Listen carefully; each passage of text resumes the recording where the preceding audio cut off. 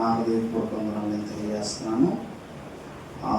గడిచినటువంటి సమయాల్లో ఎఫెసీ పత్రికను మనం చూస్తున్నాం. 1వ అధ్యాయము ఎఫెసీ పత్రిక 1వ అధ్యాయంలో ఉన్నటువంటి విషయాల్ని గడిచినటువంటి ఆదివారం మనం చూడడం జరిగింది. 1వ అధ్యాయంలో ఉన్నటువంటి క్రీస్తునందు ఉన్నటువంటి ఆశీర్వాదాల గురించి మనము మాట్లాడుకోవడం జరిగింది. ఆయన అందరి ఆశీర్వాదము ఏ విధంగా ఉంటాయనేటువంటి తండ్రి అయిన దేవుని నుండి, యేసుక్రీస్తు నుండి, అదేవిధంగా పరిశుద్ధాత్మ నుండి కలిగేటువంటి ఆశీర్వాదాల గురించి మనము మాట్లాడుకోవడం అనేటువంటిది జరిగింది. ఈ సమయంలో మనం ఈ యొక్క యేసుక్రీస్తు ప్రభువారు కూర్చున్నటువంటి పౌలు వర్ణనని మనము ఈ పత్రికలో చూస్తూ ఉంటాం. ఈ పత్రిక ఏ విధంగా ఏ పరిస్థితుల్లో పౌలు రాశాడో మనం చూసాం.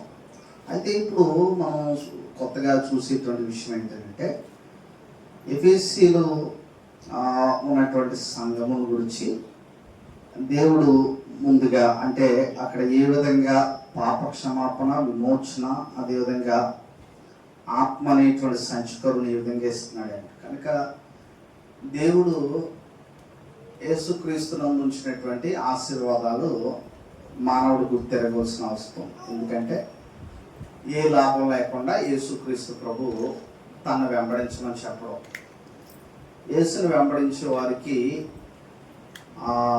అద్భుతమైన ఫలితాలు ఉంటాయి. పేతురు ఒక సమయంలో అడిగిన విషయం ఏంటంటే, మేము సమస్తమును విడిచి నిన్ను వెంబడించాం, మాకేటి లాభం అన్నప్పుడు ఆయన ఆ లాభం ఏంటో చెప్పాడు. మీరు ఖచ్చితంగా 100 రెట్లు పొందుకుంటారు, ఇది కాక నిత్య జీవాన్ని కూడా మీరు పొందుకుంటారు కనుక ఈ విషయాన్ని చెప్పాడు. ఇంకొక సంగతి ఏంటంటే పౌలు గారు ఆత్మ సంబంధమైనటువంటి జ్ఞానము సంఘానికి కలవాలని ప్రార్థన చేసినటువంటి విషయాన్ని మనం చదువుకున్నాం. మనం ఒకసారి ఆయన మొట్టమొదట 15-16 వచనాల్లో ఎఫెసీ 1:15-16 వచనాల్లోనేమో కృతజ్ఞతాస్తుతులు చెల్లిస్తున్నాడు. మనం చూద్దాం. ఈ హేతువు చేత ప్రభువైన యేసునందలి మీ విశ్వాసమును గూర్చి పరిశుద్ధులందరి ఎడల మీరు చూపుచున్న విశ్వాసమును గూర్చి నేను వినినప్పటి నుండి మీ విషయమై మానక దేవునికి కృతజ్ఞతాస్తుతులు చెల్లించున్నాను అనేటువంటి మాట ఇక్కడ. అంటే కృతజ్ఞతాస్తుతులు చెల్లిస్తున్నాడు. ఒకటోది దేవునికి మహిమ చెల్లించాడు, రెండోది ఏంటంటే కృతజ్ఞతాస్తుతులు చెల్లిస్తున్నాడు. 17వ వచనంలో ఇక్కడ ఒక మాట అంటున్నాడు, పౌలు ఎఫెసీల కోసం చేసిన ప్రార్థన. ఇది ఈరోజు మనము ఉండేటువంటి మాట్లాడుకునేటువంటి అంశం. పౌలు ఎఫెసీల కోసం ఏమని ప్రార్థన చేసి ఉంటాడు?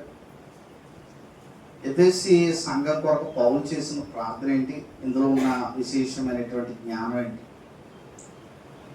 సాధారణంగా సంఘం కొరకు ఏమని ప్రార్థన చేస్తూ ఉంటాం మనం సాధారణంగా.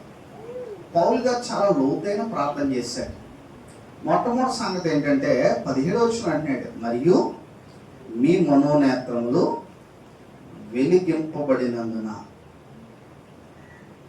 ఈ మనోనేత్రాలు అనే మాటకి చక్కని లోతైన అర్థం ఉంది. దూరదృష్టి చూడగలిగేటువంటి నేత్రాలు, దూరాన్ని చూడగలిగే నేత్రాలు. అంటే మనోనేత్రాలు అనగానే ఆత్మ సంబంధమైన చూడగలిగే జ్ఞానం, దూరంగా ఉన్నాయి చూడగలిగే జ్ఞానం. దూరంగా ఉన్నాయి చూడడం అంటే మనం పేతురు పత్రిక ఒకసారి వెళ్దాం, దీన్ని అర్థం చేసుకోవడం. క్రైస్తవుడు దూరంగా ఉన్నాయి చూడగలిగాడు. ఏంటి అంటే పేతురు పత్రికలో ఉంది. పేతురు పత్రిక, పేతురు రాసిన 2వ పత్రికలో ఈ విధంగా ఉంది. మనం ఆలోచించినట్లయితే పేతురు రాసినటువంటి 2వ పత్రికలో 1వ అధ్యాయంలో ఈ విధంగా ఉంది. అక్కడ కొన్ని విషయాలు మనకు అక్కడ చెప్పబడింది. ఏంటంటే చూడండి, 8వ వచనం చదువుదాం. ఇవి మీకు కలిగి విస్తరించిన ఎడల అవి మన ప్రభువైన యేసుక్రీస్తును గూర్చిన అనుభవ జ్ఞాన విషయంలోనూ మిమ్మల్ని సోమరులైనను నిష్ఫలైనను కాకుండా చేయండి. ఏవి కలిగి ఉండటం వల్ల అంటే పైన చెప్పాడు విశ్వాసము, రెండోది ఏంటంటే సద్గుణం. విశ్వాసం మొట్టమొదట మనకు తెలిసినటువంటి విషయం విశ్వాసము. ఎందుకంటే విశ్వాసం లేకుండా దేవునికి ఇష్టం అసలు మొట్టమొదటి విశ్వాసం. విశ్వాసం తర్వాత సద్గుణం, సద్గుణం తర్వాత జ్ఞానం.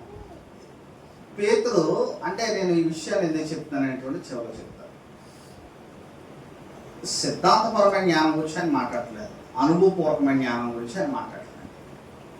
ఇవి లేకపోతే వృధా అంటున్నాడు. చూడండి, ఏవి లేకపోతే విశ్వాసమందు ఏంటంటాడండి సద్గుణం. విశ్వాసం నుంచి సద్గుణం వస్తుంది.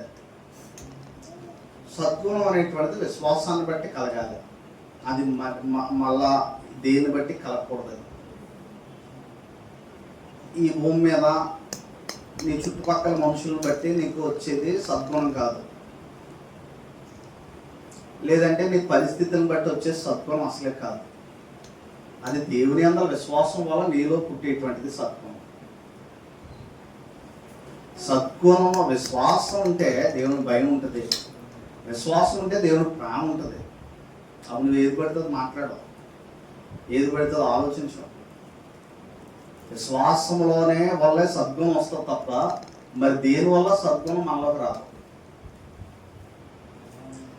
ఈవెన్ ఇన్ఫర్మేషన్ నాలెడ్జ్ వల్ల కూడా సద్గుణం రాదు, అది విశ్వాసం వల్ల వస్తుంది సద్గుణం అనేటువంటి. సద్గుణం అందు ఏమంటాడండి జ్ఞానము. It's a practical knowledge. అంటే ఈ జ్ఞానం దేనివల్ల వస్తుందని అంటే అనుభవపూర్వకమైన జ్ఞానం గురించి అని మాట్లాడుతున్నాను. సో మీరు ఏదన్నా పని చేయాలంటే, లేదంటే ఏదన్నా బైక్ కానీ కార్ కానీ డ్రైవ్ చేయాలంటే ఇది ఒక బుక్ కొనుక్కొని చదువుకుంటే రాదు. వస్తుందా? ఇప్పుడు 30 రోజుల్లో ఇంగ్లీష్ అనే మాట, 30 రోజుల్లో డ్రైవింగ్ నేర్చుకోవడం అనే పుస్తకం ఎక్కడ అమ్ముతారా? డెఫినెట్గా డ్రైవింగ్ సీట్లో కూర్చొని ప్రాక్టీస్ చేయాలి. సో ఇక్కడ వచ్చే జ్ఞానం నువ్వు ఎన్నిసార్లు పుస్తకం చదువుతావు, ఎన్నిసార్లు బైబిల్ చదువుతావు అనే జ్ఞానం గురించి అక్కడ పేతురు మాట్లాడలే. నీవు విశ్వాసం వల్ల సద్గుణం నీలోకి ఎంటర్ అయినప్పుడు ఆ జ్ఞానం వివేచిస్తూ ఉంటుంది. ఆ జ్ఞానం గురించి ఆయన మాట్లాడుతున్నాడు. తర్వాత జ్ఞానమందు ఏమంటాడంటే, ఇప్పుడు ఈ జ్ఞానమందు ఏమొస్తుంది అంటాడు ఆశానిగ్రహం. ఈ జ్ఞానం నుంచి ఆశానిగ్రహం వస్తుంది. అప్పుడు ఏది పడుతుంది మనం ఆశించాం. తర్వాత ఆశానిగ్రహం ముందు ఏమొస్తుంది సహనం వస్తుంది. సహనం 2 రకాలు. ఒకటి శరీర సంబంధమైనది, ఆత్మ సంబంధమైనది.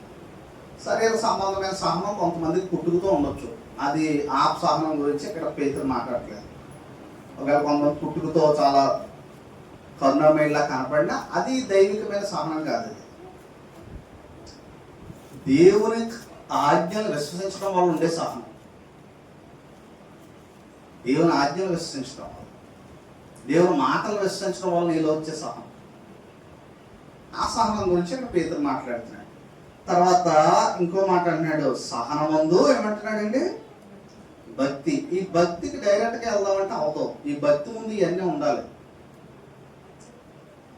భక్తి ముందు ఏముండాలి అని అంటే, ఒకటి జ్ఞానము, తర్వాత విశ్వాసము, విశ్వాసమందు సద్గుణం, సద్గుణమందు జ్ఞానము, జ్ఞానమందు ఆశానిగ్రహం, ఆశానిగ్రహం నందు సహనం, సహనమందు భక్తి, భక్తి అందు ఏం రావాలి సహోదర ప్రేమ గురించి మాట్లాడారు. ఇప్పుడు ఈ అన్ని లక్షణాలు కలిగి ఉంటే సహోదరుని ఎలా ప్రేమించాలన్నది మనకు తెలియదు. ఈ అన్ని లక్షణాలు లేకపోతే, లేదంటే మామూలుగా లోక సంబంధంగా కుటుంబాలు ఎలాగైతే ఒకరు ప్రేమించుకుంటారో ఆ ప్రేమ ఉంటుంది తప్ప, ఇవి ఉన్నప్పుడు సహోదర ప్రేమ వేరుగా ఉంటుంది. తర్వాత సహోదర ప్రేమ యందు ఏమమ్మర్చుకోండి అంటున్నాడు దయ అమ్మర్చుకోండి. ఈ దయ అనే మాటనే అగాపే అనేటువంటి మాట వాడబడింది ఇక్కడ. అంటే మనకు తెలుగులో దయ అనేటువంటి వాడబడింది, కానీ అగాపే అనేటువంటి మాట సహోదర ప్రేమ అంటే సంఘం పట్ల ఒకరి పట్ల కూడా చూపించేది. దయ అంటే మనుషులందరి పట్ల చూపించేది. కాబట్టి ఇక్కడ ఇవి ఉండాలట. ఇవి ఉంటే ఇప్పుడు ఎన్ని లక్షణాలు వచ్చాయి మనకి? లెక్క పెట్టండి, ఎన్ని ఉన్నాయి? మొట్టమొదటిది విశ్వాసము, రెండవది సద్గుణము, జ్ఞానము, ఆశా నిగ్రహము, సహనము, తర్వాత భక్తి, తర్వాత దయ, సహోదర ప్రేమ, తర్వాత చివరిది దయ. ఎన్ని లక్షణాలు ఉన్నాయి? 8 ఉన్నాయి. ఇవి ఉంటే పరలోకం గ్యారంటీ అట. పేతురు ఇచ్చాడు కాన్ఫిడెన్స్. చూడండి కింద అదే మాత్రం చూడండి, కింద అంటున్నాడండి, ఇవి మీకు కలిగి విస్తరించిన ఎలా మనోనేత్రాలు వెలిగించడం వల్ల ఈ లక్షణాలను అక్కడ ప్రాక్టీస్ చేస్తూ ఉంటాడంట. కనుక ఎందుకంటే ఇవి మీకు కలిగి, అందుకే అంటాడు ఇవి మీకు కలిగి విస్తరించిన ఎడల, మీకు కలిగి ఏం చేయాలి? మీరు గమనించండి, ఇది ఒక చోట ఉంటే రాదు, కానీ మనం జీవితంలో వీటిని ప్రాక్టీస్ చేయాలి. ప్రతి దినము ఈ 8 ఏది పోకుండా చూసుకోవాలి. 8 ఒకవేళ మనలో విశ్వాసం ఉండొచ్చు, సద్గుణం ఉండకపోవచ్చు, ఆశా నిగ్రహం ఉండకపోవచ్చు ఒకసారి, లేదంటే దయ, ప్రేమ లేని లక్షణాలుగా మనం జీవించవచ్చు. కానీ వీటిని ఇవన్నీ ఇప్పుడు చూడండి ఏమంటాడంటే 8వ చూడండి, ఇవి మీకు కలిగి విస్తరించిన కదా, అవి మన ప్రభు అయిన యేసు క్రీస్తులు కూర్చున్న అనుభవ జ్ఞాన విషయంలో మిమ్మల్ని సోమరులైనను నిష్ఫలైనను కాకుండా చేయును. సోమరు అంటే ఆత్మ సంబంధంగా భక్తిని ప్రాక్టీస్ చేయలేనుడే సోమరై. మనం సోమరం చూస్తూ ఉంటాం. ఈ లక్షణాలు ఎవరైతే అలవర్చుకోవడానికి ప్రాక్టీస్ చేయడో వాడు ఆత్మ సంబంధమైన బద్ధకస్తుడు, ఆత్మ సంబంధమైన సోమరి. అందుకే ఇక్కడ అంటున్నాడు ఇవి విస్తరించకపోతే సోమరే. కనుక సోమలు 2 రకాలు. భౌతికంగా సోమరు అంటే భౌతికమైన పనులు చేయడం మానేస్తాడు, ఆత్మ సంబంధంగా సోమరు అంటే ఆత్మీయంగా ఎదగడం మానేస్తాడు. వాడు భౌతికంగా యాక్టివ్గా ఉండి ఆత్మీయంగా సోమరుడు అయ్యి ఉండొచ్చు. కాబట్టి ఈ 2 అవసరమైనటువంటి విషయాలు. ఆత్మ సంబంధంగా మనం సోమరులుగా ఉండడానికి వీల్లేదు. ఇవి ఎప్పుడు కూడా మనం ఏం చేయాలంటే ఈవెన్ మనం మంచం మీద ఉన్నప్పుడు కూడా ఇట్లా ప్రాక్టీస్ చేయాలి. ఇది అడుగుతున్నాడు, ఎందుకంటే ఇది మనసుతో చేసేటువంటి ప్రక్రియ. ఇప్పుడు అంటున్నాడు, ఏమంటున్నాడు అని అంటే అక్కడ చెప్తున్నాడు 9వ, ఇవి ఎవరికి లేకపోవునో వాడు తన పూర్వ పాపంలోకి శుద్ధి కలిగిన సంగతి మర్చిపోయాడు. ఇది చెప్తున్నాడు, పూర్వ పాపంలోకి శుద్ధి కలిగిన సంగతి మర్చిపోయాడు. చాలామంది బాప్తిసం పొందామన్న సంగతే మర్చిపోయి అబద్ధం ఆడుతుంటారు. బాప్తిసం పొందామన్న సంగతే మర్చిపోయి పాపం చేస్తూ ఉంటారు. బాప్తిసం పొందినవాడు, క్రీస్తు సిలువేయబడినవాడు పాపంతో పనే ఉంది. కాబట్టి చాలాసార్లు చూడండి, అన్యుడు ఎలా ఉన్నాడో క్రైస్తవుడు కూడా అలాగే లోకంలో ఉన్నాడంటే ఇక్కడ బాప్తిసం పొందామన్న సంగతి మర్చిపోయాడు. కనుక బయటికి వెళ్ళినప్పుడు మనం బాప్తిసం పొందామన్న సంగతి గుర్తుంచుకోవాలి. ఎందుకంటే ప్రభు మన పాపాలు, పూర్వ పాపములకి ఏం కలిగింది? మనకు ఆల్రెడీ శుద్ధి కలిగింది కదా. దేవుడు కడిగాడు కదా మన పాపాలని. మనం మర్చిపోతే ఆ సంగతే. ఆయన ఎంత త్యాగం చేసి కడిగాడో మనకు తెలుసు. ఆయన కుమారు యొక్క కలవరశిలో, అంటే మన కలవరశిల రక్తం ద్వారా మన పాపాలకు ఏం చేశాడంటే శుద్ధి చేశాడు. మన పాపాలను శుద్ధి చేయడం అనేటువంటిది మనకు సులువైన కార్యం, కానీ దేవుడు చాలా త్యాగం చేయవలసి వచ్చింది. ఈ సంగతిని మనం ఆలోచించవలసిన వారమే ఉన్నాం. కనుక ఇక్కడ చూడండి, ఇవి ఎవరికి లేకపోనో వాడు తన పూర్వ పాపంలోకి శుద్ధి కలిగిన సంగతి మర్చిపోయి గుడ్డివాడును దూరదృష్టి లేనివాడు. ఈ మాట కోసమే నేను జ్ఞాయించాను. గుడ్డివాడికి అసలే కనపడదు, దూరదృష్టి వాడికి దూరంగా ఉన్నా కనపడదు. అంతేనండి. గుడ్డివాడికి ఏమో పాపం ఏమి కనపడదు, దూరదృష్టికి లేనివాడికి ఏమో దూరంగా ఉన్నాయి కనపడదు. అందుకే డాక్టర్ గారు దూరం నుంచి అక్కడ కళ్ళు టెస్ట్ చేసేటప్పుడు నీ ఎదరకుండా పెట్టరాయి, ఎక్కడో దూరంగా ఎట్టి నీ గ్లాసు టెస్ట్ చేసేటప్పుడు అక్కడ దూరంగా ఉన్నాయి, ఒకసారి మసకొస్తే నీకు సైతం ఉందంటాడు. దూరంగా ఉన్నాయి మసకగా అంటాం. ఇక్కడ దూరదృష్టి లేకపోవడం ఏంటంటే పరలోకం కూడా తర్వాత చూసుకొచ్చిన చాలా దూరంగా ఉంది, భూమి మీద బతకడమే నాకు ముఖ్యం అనుకునే ప్రతి ఒక్కడు దూరదృష్టి లేనివాడే. పరలోకము, ఆత్మీయత, నరకము ఇవన్నీ దూరంగా ఉన్నాయి. ఇప్పుడు దగ్గరగా ఉన్నాం ఏముంది, ఇప్పుడు దగ్గరగా ఉన్నాయి ఏమున్నాయి మనకి, అది ఎప్పుడో ఆలోచిందాం, దాని గొడవ ఇంకా మనకు అక్కర్లేదులే అన్న వాళ్ళ యొక్క మనోనేత్రాలు ఇంకా వెలిగించబడలేదు.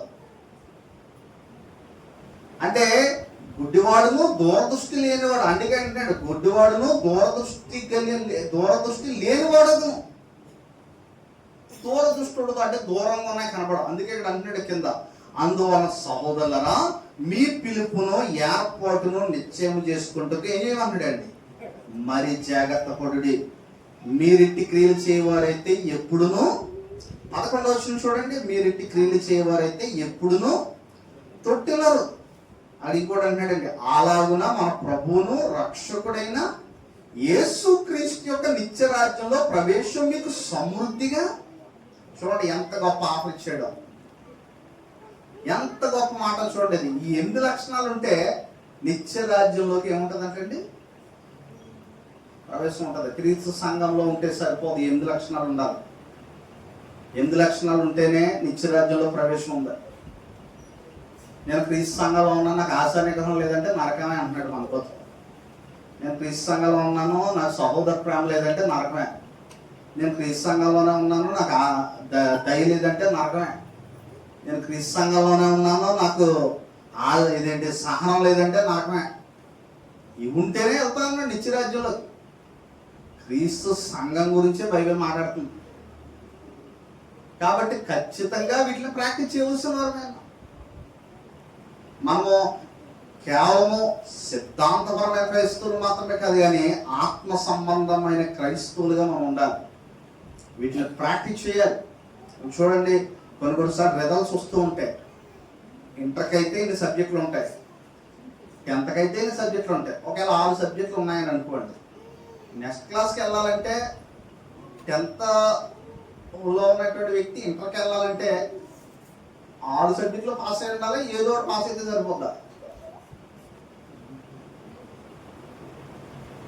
ఏదో ఒకటి పాస్ అయితే సరిపోద్దంటే ఎంతమంది వెళ్ళిపోతారు కాలేజీల్లో? కొత్త కాలేజీలు ఎందుకు కట్టాలి? ఏదో ఒకటి పాస్ అయితే సరిపోతాడు. కానీ ఇక్కడ కూడా ఏమంటాడంటే 8లో ఏదో ఒకటి ఉంటే సరిపోదు అంటున్నాడు. ఇవన్నీ మీకు కలిగి విస్తరించాలండి. కాబట్టి ఈ 8 గురించి అని మాట్లాడు. ఈ మనోనేత్రాలు వెలిగించబడితే మన ఫోకస్ ఖచ్చితంగా దీని మీద పెడతా ఉంటాం. మీ మనోనేత్రాలు వెలిగించబడినందున, అందుకే అంటున్నాడు వెలిగించబడితే మాకు ఒక అర్థమైపోద్దట. ఏమర్థమవుతుందంటే ఇక్కడ ఎఫెసీ పత్రికలో చెప్తున్నాడు. ఏమర్థమవుద్ది అంటున్నాడంటే చూడండి, అక్కడ అంటున్నటువంటి మాట, మనోనేత్రాలు వెలిగించబడినందున ఎఫెసీ 1:17 మీ మనోనేత్రాలు వెలిగింపబడినందున ఆయన మిమ్మల్ని పిలిచిన పిలుపు వలనైన నిరీక్షణ ఎట్టిదో చెప్తున్నాడండి. హోప్ ఆఫ్ గాడ్స్ కాల్, పిలుపు వలనైన నిరీక్షణ ఎట్టిదో. నిరీక్షణ ఎట్టిది అసలు మన నిరీక్షణ? ఇది మనం చూడవలసినటువంటి వరమైన దేవుడు మనం సువార్త ద్వారా పిలిచాడు.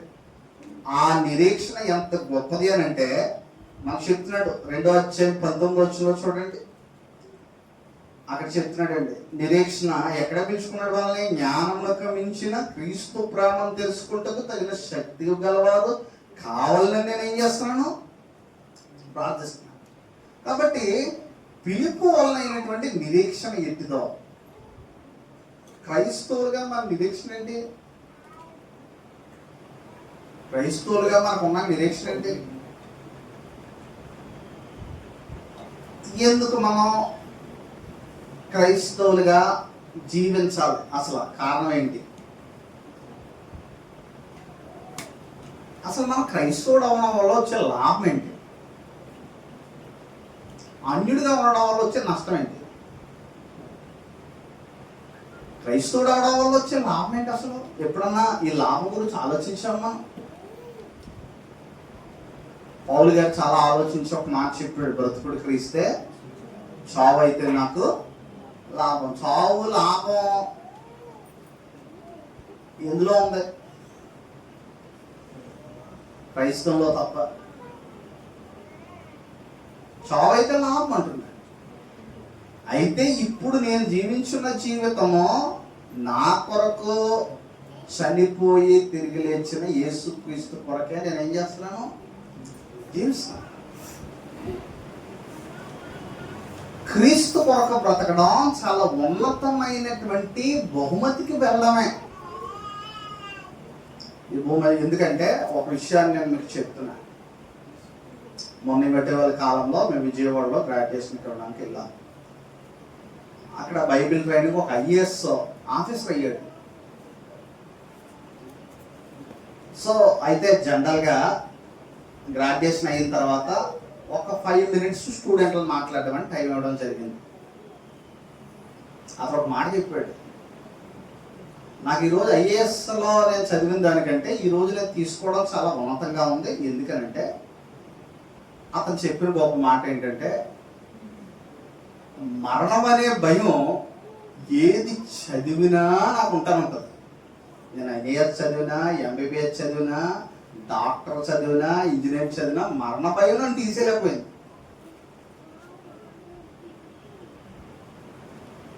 అది కొంచెం మట్టుకు ప్రయోజనకరమని నేను నమ్ముతున్నాను. కానీ ఈ మరణ భయాన్ని తీసేయగలిగింది బైబిల్ ట్రైనింగ్ అన్నాడు.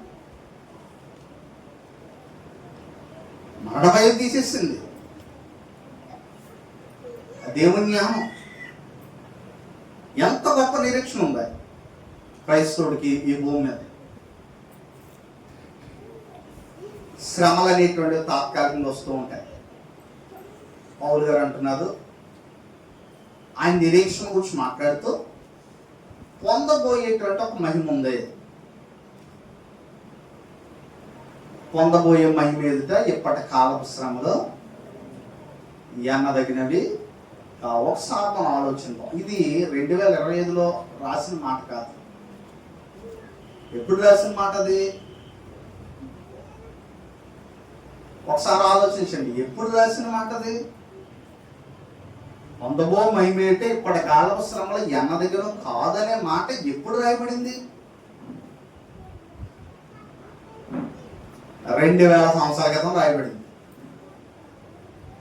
పౌలు ఏ పరిస్థితిలో ఉన్నప్పుడు ఈ మాట రాసేటప్పుడు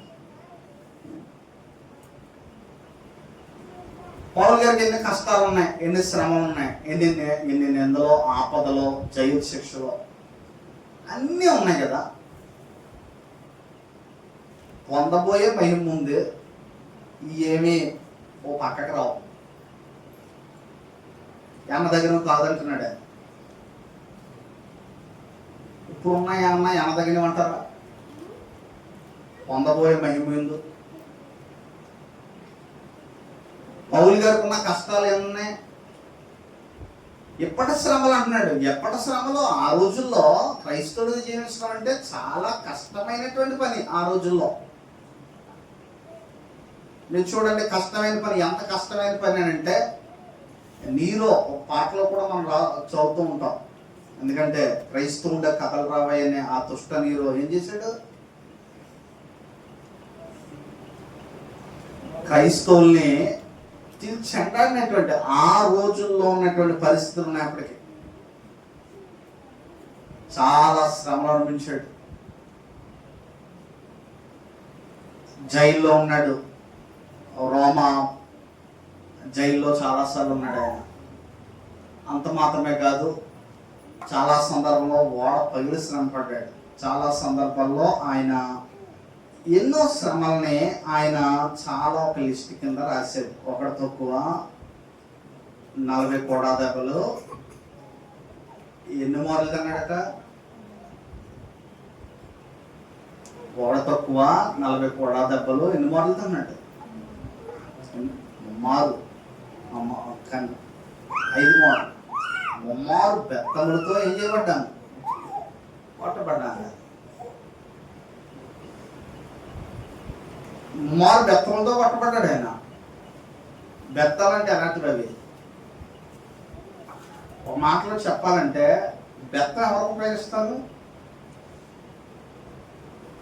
చిన్నపిల్లల కంట్రోల్లో పెట్టడానికి. ఆ రోజుల్లో క్రైస్తవులు హింసించడానికి ఘోరమైన బెత్తాలు వాడేవారు. ఆ బెత్తం తగిలిందంటే రక్తం చాలా ఎక్కువగా కారేది శరీరం. ఉమ్మారు బెత్తాలతో ఏం చేయబడ్డాను, నేను కొట్టబడ్డా. ఓడ తక్కువ అంటే రోమా రూల్స్ ప్రకారంగా, ఆ సెక్షన్ల ప్రకారంగా ఓడ తక్కువ 40 అంటే ఎన్ని దెబ్బలు? 39. 5 మార్లు నేను ఓడ తక్కువ 39 కొరడా దెబ్బలు ఏం చేశాను, కొట్టించుకున్నాను నా శరీరాన్ని. అనేక సమయాల్లో ఆపదలు, నదుల వల్ల ఆపద, ప్రయాణాల వల్ల ఆపద.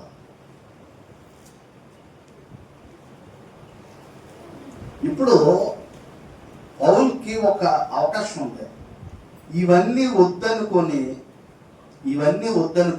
అందరూ గమనించండి, ఇవన్నీ వద్దనుకొని పౌలు గుర్రం మీద తిరగలేడా? నీ ముందు 2 ఆప్షన్లు ఉంటాయి భూమి మీద, ఎప్పుడు గమనించండి. సుఖంగా బ్రతకడానికి ఒక ఆప్షన్ ఉంటుంది మీకు, క్రీస్తు కొరకు బ్రతకడానికి 2 ఆప్షన్ ఉంటాయి. ఈ రెండిట్లో ఏది ఎంచుకున్నారన్న దాన్ని బట్టే భవిష్యత్తులో నిశ్చయం ఆధారపడదు.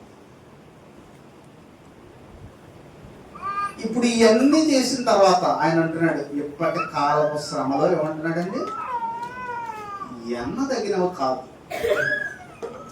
ఒక చక్కని మాట నేను మొన్న కూడా జ్ఞాపకం చేశాను.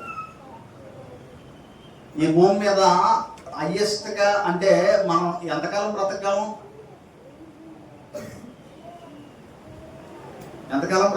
మనం ఇంకా కొంతమంది ఇప్పటికే అయిపోయింది అంటుంటారు. ఇంకా దాదాపుగా మన జీవితం ఏమంటారు,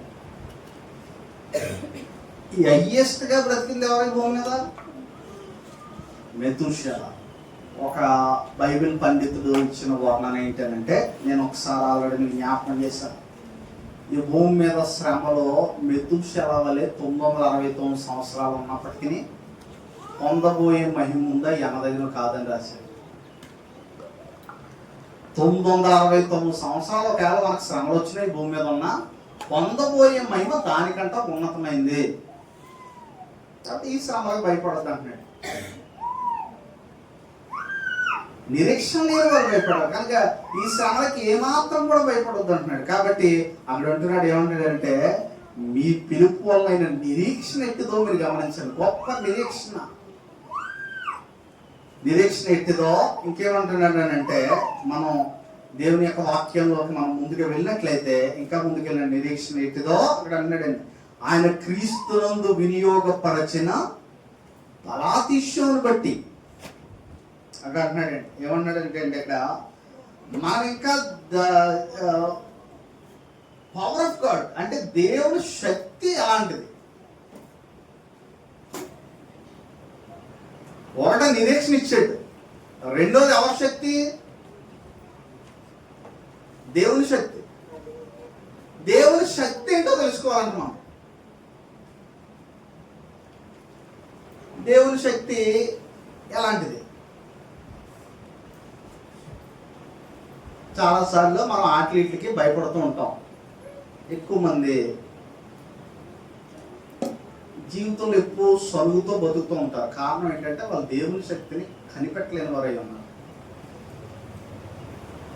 ఇతరులు ఏదన్నా కీడి చేస్తే సనుగుతున్నా, ఇతరులు ఏదన్నా సనుగుతూ ఎందుకు బ్రతుకుతారంటే వాళ్ళకి దేవుని శక్తి ఇంకా అర్థం కాదు. దేవుని శక్తి అర్థం కాకపోతే మన జీవితం ఏ విధంగా ఉంటుంది అంటే చాలా నిరుత్సాహంగా ఉంటుంది. దేవుని శక్తి ఎందుకంటే ఆయన క్రీస్తునందు వినియోగపరిచినటువంటి ఏమంటాడంటే అక్కడ మనం ఆలోచించినట్లయితే క్రీస్తునందు వినియోగపరిచిన బలాతిశయమును బట్టి విశ్వసించు మనయందు ఆయన చూపుచున్న తన శక్తి యొక్క అపరిమితమైన మహత్వం ఎట్టిదో. ఎంత చక్కగా మాట్లాడాలి చూడండి. ఇదంతా తెలుసుకోవాలని ప్రార్థన చేస్తున్నాడట. దేవుని శక్తి ఏంటో మనం తెలుసుకోవాలట ముందు. ఈరోజు ఈ భూమి మీద ఎన్నో గొడవలు జరుగుతున్నాయి, మత కల్లోలు ఇవన్నీ కూడా. ఇప్పుడు మనం కూడా చాలాసార్లు క్రైస్తవం భూసంబంధంగా ఆలోచిస్తాం. మనం అందరం ఏకమైతే మతం మొదలు ఢీ కొట్టొచ్చు అనే ఆలోచన మీలో యూట్యూబ్ చూసిన వాళ్ళందరూ వచ్చేస్తాం. ఇంక మధ్యలో దేవుడు ఏమీ లేడు, ఇంకా మనం అన్న కాపాడుకోవాలి. ఆ పక్కన ఆపోజిట్ సాతానుడు లేడు. సాతాన్ని దేవుడి 2 టాపిక్లో లేపేశారు. ఇప్పుడు జరుగుతుంది అదే.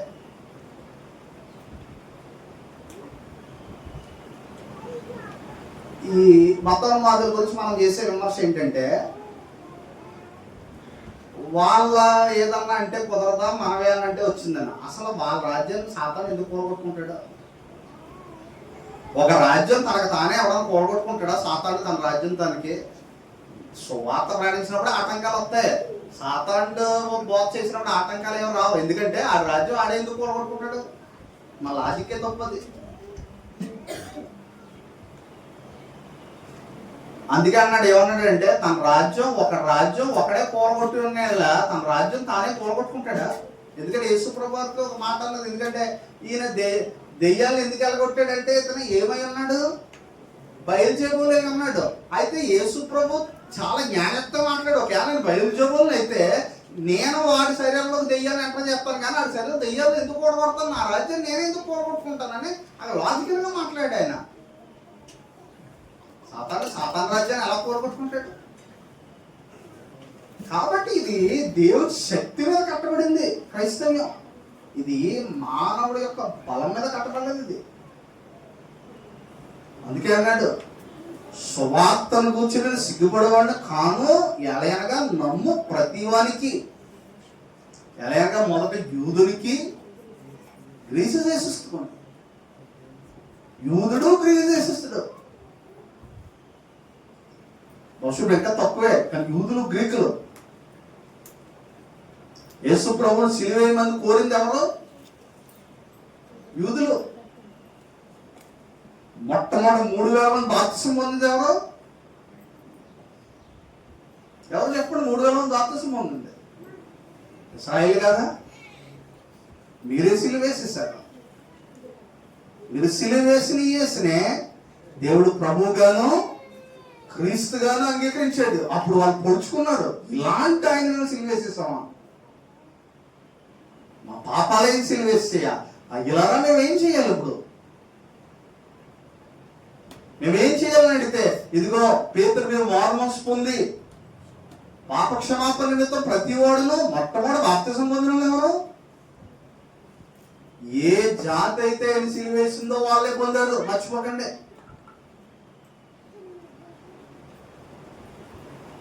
ఇదిగో నువ్వు యూదుల రాజు అంటున్నావు కదా, మీ వాళ్ళే నిన్ను సిలువేయమంటున్నారు అని అన్నాడా లేదా పిలత్తు? నువ్వు యూదుల రాజు అంటున్నావు, కానీ నిన్ను సిలువేయమని అన్నది ఎవరు? మీ యూదులే కదా. బాప్తిసం పొందింది ఎవరు?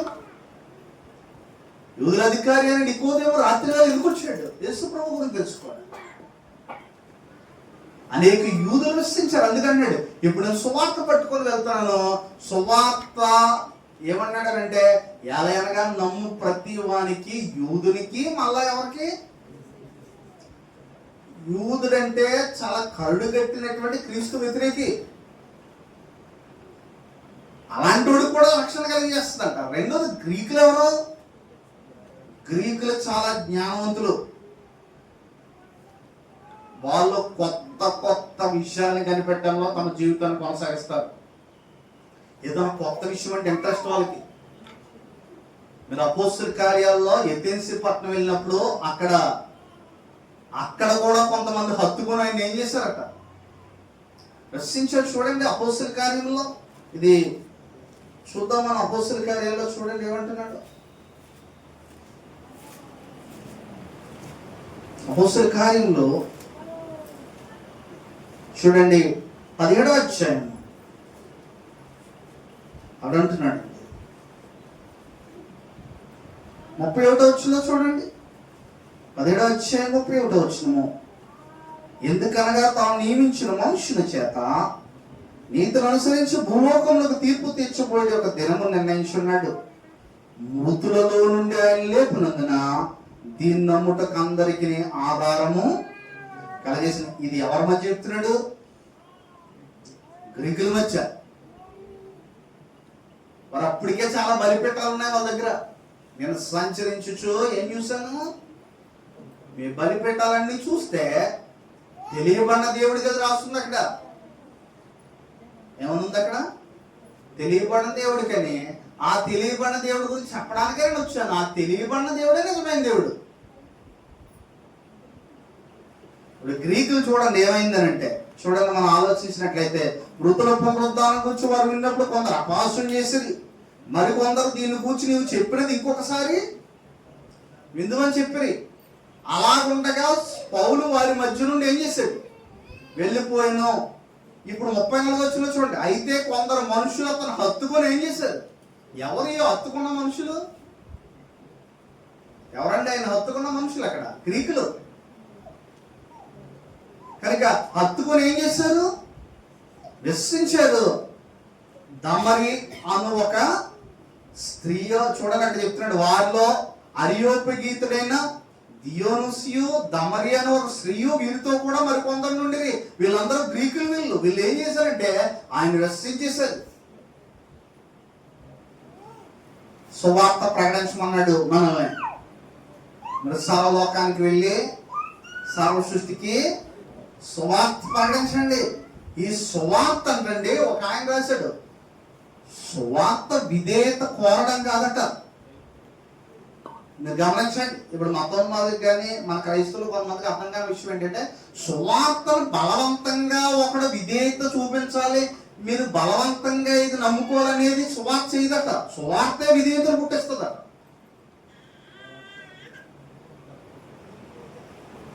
ఆ సువార్త విన్నవాడు ఆటోమేటిక్గా విధేయుడైపోతాడట.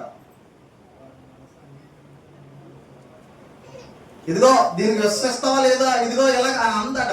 ఆ సువార్త మనసులోకి వెళ్ళినప్పుడు అదే విధేయతను పుట్టించేస్తుంది మనసులోని. అందుకే పౌలు అదే పుట్టించింది. యేసు ప్రభు పిలిచినప్పుడు ఆయన ఏమంటున్నాడో తెలుసండి? యేసు ప్రభు మొట్టమొదట నిజంగా మనం ఆలోచించినట్లయితే యేసు ప్రభు ఆయన జీవితంలో అంటే పునరుద్ధానం అయిపోయిన తర్వాత మళ్ళా యేసు ప్రభు వారు పౌలు గారికి ఏం చేశారు? ఆయన కనిపించాడు దమస్కు మార్గంలో. సౌలా సౌలా, నువ్వు నన్ను ఎందుకు ఏం చేస్తున్నాడు? హింసిస్తున్నావు. నువ్వు నన్ను ఎందుకు హింసిస్తున్నావు? ఆయన అనగానే ఆయన ఏమన్నాడనంటే, ఎవరు ప్రభు నువ్వంటే, నేను హింసించున్న యేసును నేనే. ఎవరిని హింసిస్తున్నాడే ఆయన? ఎవరిని హింసిస్తున్నాడండి? ఇప్పుడు మీరు చూడండి, సంఘాన్ని హింసిస్తావా అని చెప్పి పౌల్ని తూడు చేసేయగలరు యేసుప్రభు శక్తిని పెట్టి. ఈ లోకస్లకి అర్థం అవట్లేదు ఇది. అంటే దేవుడికి ఇంకా ఏం చేయలేకపోతున్నాడో ఆయన పక్షాన్ని మనమే పోరాడదామని వెళ్తున్నారు వీళ్ళందరూ. సౌలు దగ్గరికి వచ్చిన నా సంఘాన్ని హింసిస్తావు, నా శక్తి ఏంటో తెలుసా లేదు. సౌలా సౌలా, నువ్వు నన్ను ఎందుకు హింసిస్తున్నావు? దేవుడికి శక్తి లేక కాదు, దేవుడికి జ్ఞానం లేక కాదు, దేవుడికి అపరిమితమైన మహత్యం గలవాడైనా. అందుకే రాశాడు పౌలు, సౌలా సౌలా, నువ్వు నన్ను ఎందుకు హింసిస్తున్నావు? ఎవరిని హింసించాడు ఆయన? ఎప్పుడన్నా క్రీస్తు మీద ఒక రాడ్ కానీ లేదంటే కొరడా దెబ్బ కానీ ముళ్ళ కిరీటం కానీ ఎట్టినప్పుడు సౌలు ఉన్నాడా? ఆ సంఘాన్ని హింసిస్తున్నాడు, సంఘస్థుని హింసిస్తున్నాడు. అప్పుడు అంటున్నాడు, సౌలా సౌలా, నువ్వు నన్ను ఎందుకు హింసిస్తున్నావు?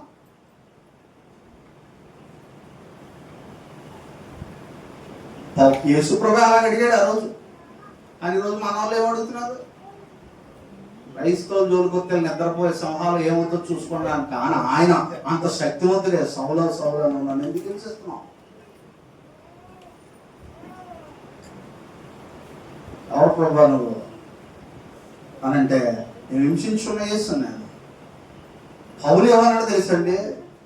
ఎంతలా మారిపోయాడంటే, అయితే సరే నేను నమ్ముకుంటాను, నాకేం చేస్తావు అని అడగలేదండి ఆయన. జీవితంలో ఎంతలా మారిపోయాడంటే, తనకంటూ సుఖం కొరకు ఏ రోజు ప్రార్థన చేయలేదట. ఎలా మారిపోయాడంటే, అక్కడ మాట అడిగాడు, నేనేమి చేయవలనని ప్రభువుని అడిగాడు. నేనేం చెయ్యాలయ్యా నీ కొరకు? ఏమడిగాడు తెలుసండి? అయితే ప్రభా ఇదిగో నిన్ను నమ్ముకుంటా, నాకేం చేస్తానని అడగలేదట. నేనేం చేయాలని అడిగాడు. ఆయనకి ఏమర్థమై ఉంటుంది? ఆయనకి ఇదిగో నేను క్రీస్తుతో కూడా సిలువైపడిన. ఒక మాటలో చెప్పాలంటే ఆయన సొంత కుమారుణ్ణే మనకు అనుగ్రహించిన దేవుడు. సమస్తము మనకి ఇది అర్థమైపోయింది పౌలు గారికి. అందుకని ఏమంటున్నాడు అంటే నేనేం చేయాలి నీ కొరకనంటే అప్పుడు వెంటనే యేసు ప్రభు చెప్పాడు, నేనేం చేయాలి నీ కొరకు. చూడండి, ఆ మాట కూడా అక్కడ అన్నాడు. చూడండి 22వ అధ్యాయంలో కూడా ఉంది మాట. చూడండి, ప్రభు అక్కడ చెప్తున్నాడు. చూడండి 22వ అధ్యాయం అపోస్తలుల కార్యాలు 22వ అధ్యాయం 9వ వచనంలో ఏమని అడిగాడో చూడండి. నాతో కూడా ఉన్నవారు ఆ వెలుగును చూచారు కానీ నాతో మాట్లాడిన వారి స్వరం వారు వినలేదు. 9వ వచనం. తర్వాత 10వ వచనం అన్నాడు. అప్పుడు నేను ఏమని అడిగాను. మన 7వ వచనం చదివితే నేను నేల మీద పడి సౌలా సౌలా నీవెందుకు నన్ను హింసించున్నావని నాతో ఒక స్వరం పలుకుట వింటిని. అందుకు నేను ప్రభువా నీవెవడవని అడిగినప్పుడు ఆయన నేను నీవు హింసించున్న నజరేయుడునగు యేసును అని నాతో చెప్పాను. నాతో కూడా ఉన్నవారు ఆ వెలుగును చూచిరి గాని నాతో మాట్లాడిన వాని స్వరం వారు వెళ్ళలేదు. అప్పుడు నేను ఏమన్నాను, ప్రభువా నేనేమి చేయవలనని అడిగా. ఏమని అడిగాడంటే ఇప్పుడు క్రైస్తవ్యముఖ్యని నిజంగా సువార్తార్థమైన క్రైస్తవుడు యేసు ప్రభు కోసం ఏం చేయాలని వస్తాడండి. కానీ నేటి సభలు చూస్తుంటే ఇదిగో మీకు యేసు ప్రభు ఇచ్చేస్తారని జనాన్ని పూజిస్తాం. సువార్త కాదు. నిజంగా సువార్త శక్తి అర్థమైతే నేనేం చేయాలని వచ్చేస్తాడండి. నేనేం చేయాలి నీ కొరకు? నా కోసం ప్రాణాలు పెట్టేస్తావు నువ్వు, నేను నీ కొరకు ఏం చేయాలి? అందుకే అక్కడ చెప్తాడు నేనేం చేయవలనని ఏమన్నాడండి. అడిగగా ప్రభు నీవు లేచి దమస్కులోనికి వెళ్ళాము, అక్కడ నీవు చేయుటకు నీవెంపడినవన్నీ నీకు చెప్పుదని నాతో అని నేను అక్కడ చెప్తున్నాడు. ఏమంటాడంటే ఇవన్నీ కూడా చేశాడు. దేవుని యొక్క అపరిమితమైన శక్తి ఎలాంటిది అని అంటే అది మనం ఊహించలేనంత మార్పును ప్రజల్లో తీసుకొస్తుంది. కనుక ఇక్కడ ఏమంటున్నాడంటే ఆయన శక్తి ఏంటో మనకు ఎరగాలి. అందుకే మనం ప్రార్థన ఎక్కువ చేయాలి. మీలో ఎవరికైనా శ్రమ సంభవించినా ఏం చేయమన్నాడండి? ప్రార్థన చేయాలి. ప్రార్థన చేస్తే ఏమైపోతుందండి, ఇవన్నీ ఆగిపోతాయంటే అలాంటి వాళ్ళందరి కోసం మళ్ళీ యాకోబు పత్రిక రాశారు. ప్రార్థన తేలిగ్గా తీసుకునే వాళ్ళ కోసమే యాకోబు పత్రిక రాశారు. ఏలియా మనకంటే స్వభావం గల మనుషుడే. ఏమన్నాడండి?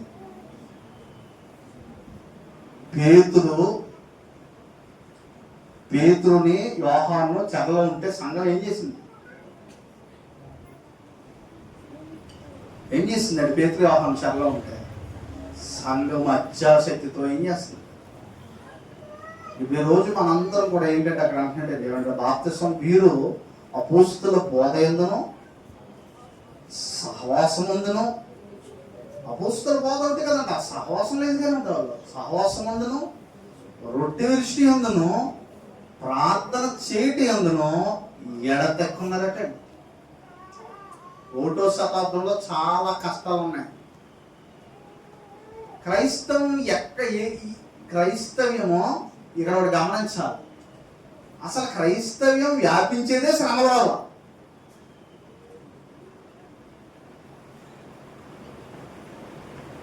ఒకటో శతాబ్దంలో సువార్త ఎక్కువ జరుగుతుంది, ఇప్పుడు ఎక్కువ జరుగుతుంది అంటే మీరు టక్కని చెప్పే సమాధానం ఏంటి? 1వ శతాబ్దంలో సువార్త బాగా జరిగింది, ఇప్పుడు బాగా జరుగుతుంది అంటే మీరు టక్కని చెప్పే సమాధానం 1వ శతాబ్దం, అంతే కదా. 1వ శతాబ్దంలో శ్రమలు ఎక్కువ ఇప్పుడు ఎక్కువ ఉన్నాయా? 1వ శతాబ్దంలో ఆయన ఏం చేశాడంటే శ్రమల ద్వారా సంపూర్ణం చేయడానికి ఇష్టం అంటాడు. కాబట్టి ఆయన అంటున్నాడండి, ఏమంటున్నాడంటే అక్కడ ఒక మాట అన్నాడు, ఆయనతో పాటు శ్రమ ఆయన తోడు ఏమంటున్నాడండి వారసులు అంటాడు. కాబట్టి క్రీస్తు ప్రభువునందు ఉన్న ఆశీర్వాదాలు, క్రీస్తు కొరకు మనం జీవించే జీవితము, దేవుని శక్తి తెలుసుకొని మనం ఈ భూమి మీద జీవించే ఈ జీవితము చాలా ఉన్నతమైనది, బహున్నతమైనది. ఈ జీవితంలో క్రీస్తు కొరకు బ్రతకడం, క్రీస్తు కొరకు శ్రమ అనుభవించడం, క్రీస్తు కొరకు మన యొక్క జీవితాలను త్యాగం చేయడం కంటే ఉన్నతమైంది మరి ఏమీ లేదు. అందుకే ఎందుకంటే బలాతిష్యం బట్టి క్రీస్తు మృతుల్లోంచి లేపాడట. ఇప్పుడు మృతుల్లో నుంచి ఆయన లేపుతాడా లేపడండి? మీరు గమనించండి, మృతుల్లోంచి లేపుతాడా లేపడా? యేసుప్రభు ఎందుకు తిరిగి లేచాడంటే ఇప్పుడు ఎందుకు లేపడు? మీలో చాలా మంది భయపడుతూ ఉంటాం మనం. కానీ ఇప్పుడు లేపుతాడా లేపడా? సేమ్ లేపుతాడని చెప్పాడా లేదా? బలాతిష్యాన్ని బట్టి లేపుతాడట. మరణాన్ని నుంచి ఒక మనిషిని లేపేది దేవుని శక్తి తప్ప ఎవరు లేపగలరు. అందుకే ఆయన అంటున్నాడు ఏమంటే, నిద్రించిన వారి గురించి మీకు తెలియకుండా నాకు ఇష్టం లేదు. ఇక్కడ అదే మాట్లాడుతున్నాడు, నాకు ఇష్టం లేదు నిద్రించిన వారిని తెలియదు, నాకు ఇష్టం లేదని ఎందుకంటాడంటే వాళ్ళందరూ కూడా నిద్రించిన వారి గురించి ఎక్కువ చింతిస్తున్నారు భౌతికంగా. అంటే అన్యుడు ఎలా చింతిస్తున్నాడో, ఎవరన్నా చనిపోయినప్పుడు మనం బాధ ఉంటుంది, ఫీలింగ్స్ ఉంటాయి కాబట్టి, ఎందుకంటే మనం ఆ కుటుంబంలో పెరిగాం కాబట్టి ఏమి ఉంటాయి, అది అన్యులు కూడా ఉంటుంది. కానీ వాళ్ళ చింతకే మన చింతకే డిఫరెన్స్ ఉంటుంది. ఎందుకంటే వాళ్ళ చింతకే కంట్రోల్ లేదంట. కానీ మనము తెలియదు వాళ్ళపోతుంటే ఏంటంటే పునరుద్ధానం అనేటువంటిది ఉంచాడు. అందుకే ఏమన్నాడంటే పౌలు గారు కూడా చెప్పాడు, ఏమన్నాడంటే ఆయన ఏ విధము చేత నేను మృతుల్లో నుంచి నాకేం కలగాలన్నాడు, పునరుద్ధానం కలగాలి. కనుక ఆ బలాతిష్యమే మనల్ని లేపుతుంది. అందుకే నా యందు విశ్వాసం నుంచి వాడు చనిపోయినను తిరిగి ఏం చేస్తాడు, బ్రతుకుతాడు. బ్రతికి ఇంకెన్నటికీ ఏం చేయడు. మీరు ప్రాణగథలో చూస్తే అగ్రిప్ప అనే గమనించిన అగ్రిప్ప కాదు, అక్కడ ఒక వ్యక్తి ఉంటూ ఉంటాడు, అంతియోప అనేటువంటి వాడు చంపబడ్డాడంట ఆ దినాల్లో. అయినా నా నామాన్ని నువ్వేం చేయలేదు, వదిలేదు. ఎందుకనంటే క్రీస్తులందు ఒక విశ్వాసం వాళ్ళ మధ్య ఉంది. కాబట్టి ఈరోజు మనం సమయాన్ని ఏం చేయాలంటే ఏపీసీ పత్రిక ఉంటుంది, సద్వినియోగం చేసుకోవాలి. చాలా పత్రికలు మనకు ఉన్నాయి మనం ఆదరించడానికి, చాలా పత్రికలు మనకు ఉన్నాయి మనం ఆత్మీయంగా జీవించడానికి. సో ఈ బైబిల్ గ్రంథాన్ని పత్రికల్ని మీరు ఎవరో కూడా నెగ్లెక్ట్ చేయకూడదు. ఎందుకంటే సమయం సంకుచితంగా ఉందన్నాడు. ఏమన్నాడండి? సమయం ఎలా ఉందన్నాడు? బహు సంకుచితంగా ఉంది, చాలా బహు సంకుచితంగా ఉంది సమయం అనేటువంటిది. కాబట్టి ఈ సమయము ఎందుకంటే యేసు రాకడ రావచ్చు, లేదంటే మనం మరణం సంబంధించి. కాబట్టి ఈ లోపల ఆయన మహాశక్తిని, బలాన్ని, ఆయన యొక్క అమర్చతను మనం తెలుసుకోవాల్సిన వాళ్ళమే. కాబట్టి ఆయన చక్కని విషయాలు ఆయన ఇంకా మాట్లాడాడు. మహత్యం ఎట్టిదో మీరు తెలుసుకోవడం వల్ల నేను ఏం చేస్తున్నాను, మీ కొరకు ప్రార్థన చేస్తున్నాను. మనందరం ప్రార్థన చేయాలండి.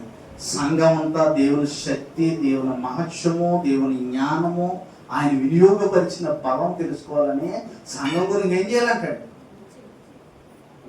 ప్రార్థన చేయాలి. ఏ ప్రార్థన చేస్తున్నాడు పౌలు ఈ రోజుల్లో? ఇంకా ఏ ప్రార్థన దగ్గర ఉన్నారు? ఈ ప్రార్థన స్టేజ్ ఇంకెంతవరకు ఉంది ఈ రోజుల్లో? ప్రార్థన ఇంకా అంటే ప్రార్థన భూ సంబంధమైన అవసరం చేయకూడదని నా ఉద్దేశం కాదు, కానీ చేస్తున్నారు. కానీ కేవలం భూ సంబంధమైన వాటి కోసం చేస్తున్నారు. కానీ పౌలు చేసిన ప్రార్థనలో అంశాలు ఏంటి? చక్కని ప్రార్థన చేస్తున్నారు సహోదరులందరూ కూడా. కాబట్టి మనము బలమును, శక్తిని, దేవుని జ్ఞానాన్ని, ఆయన అపరిమితమైన శక్తిని తెలుసుకొని మనం మనోనేత్రాలు వెలిగించబడిన వారమే దూరదృష్టి లేనోడిగా ఉండడానికి వీల్లేదు. దూరదృష్టి ఉండాలి మనకి. దామోదరుడు దూరదృష్టి లేదు. ఎక్కడికి వెళ్ళిపోయాడు? పాతాళంలో వెళ్ళిపోయాడు. దూరదృష్టి లేదు అతనికి. కనుక ఇంకా చాలా మంది దూరం. కనుక దూరదృష్టి ఏం చేస్తుందంటే దూరంగా ఉన్నా కనబడతాయి. కనుక మనం దూరదృష్టి కలిగిన వారమే జీవితంలో ప్రతి ఒక్కరూ కూడా మనోనేత్రాలు వెలిగించబడిన వారమే దేవుని శక్తిని మనం గుర్తెరగాలని నేను తెలియజేస్తున్నాను. మరి ఇంతవరకు చక్కగా మీ అందరికీ